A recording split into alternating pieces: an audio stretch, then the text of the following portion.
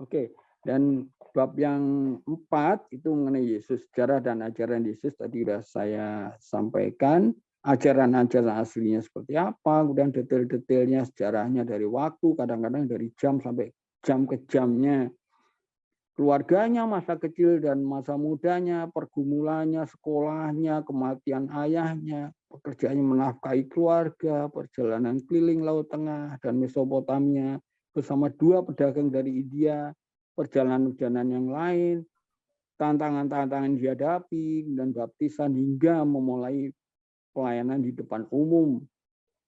Ya, kemudian tantangan dihadapi waktu berhadapan dengan otoritas agama saat itu, kemudian sampai kenapa sampai disalib, dan apa yang terjadi pada waktu itu, sampai detail. Kalau ini sampai dari jam ke jam, penangkapannya seperti apa, penyalibannya, wafatnya, waktu di dalam kubur juga dibahas. Apa yang terjadi pada waktu Yesus ada di dalam kubur selama 3 hari itu. Kemudian kebangkitan, apa yang terjadi waktu kebangkitan? Penampakannya ke siapa? Penampakannya berapa kali? Kepada siapa aja? Apa saja yang dikatakan? Terus kenaikan, penampakan yang terakhir itu kenaikan. Itu apa yang terjadi? Kemudian pencurahan roh kebenaran, rohnya Yesus sendiri dicurahkan pada manusia.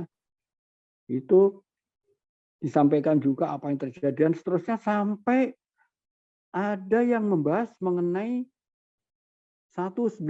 Ini adalah perkembangan ajaran Yesus dari zaman ke zaman sampai hari ini. Tantangan yang dihadapi, materialisme dan sekulerisme, kemudian ajaran-ajaran Kristen, kenapa seperti itu menjadi seperti ini, ajaran-ajaran Kristen ini dogma-dogmanya menjadi seperti ini, itu kenapa gitu. Ada asal usulnya semua gitu. Itu diceritakan di dalam buku Radia sampai hari ini.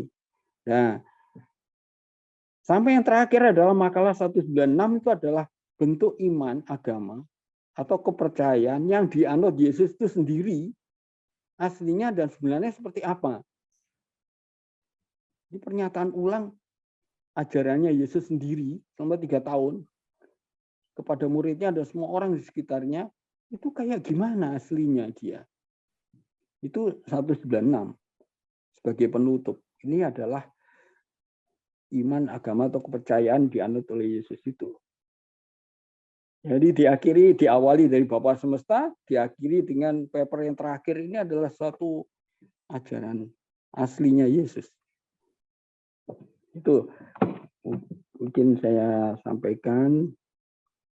Oke, jadi ini masih selaras dengan yang tadi, bahwa bab 4 ini banyak mengutip dari catatan-catatan para murid, terutama adalah catatan Rasul Andreas. Jadi Andreas itu rasul yang paling tua lah gitu.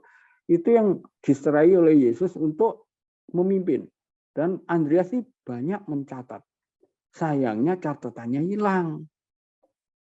Tapi ini mereka berhasil mengakses catatan-catatan Rasul Andreas ini, kemudian mencocokkannya dengan bahan yang sudah ada dalam Injil Matius, Markus, Lukas, dan Yohanes, ya. Dan kalau ada yang kurang ditambahi dari sumber-sumber atas sana, yang dari catatan-catatan alam semesta, kita mesti ingat bahwa segala sesuatu di alam semesta itu direkam.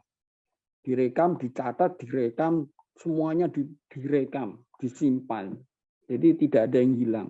Kita bahkan bisa dibilang kita riwayat hidup kita juga direkam semuanya gitu. Utuh semuanya itu ada, kita nanti bisa lihat rekaman hidup kita. Apalagi itu pengalaman hidupnya Yesus gitu, dan murid-muridnya. Mungkin gitu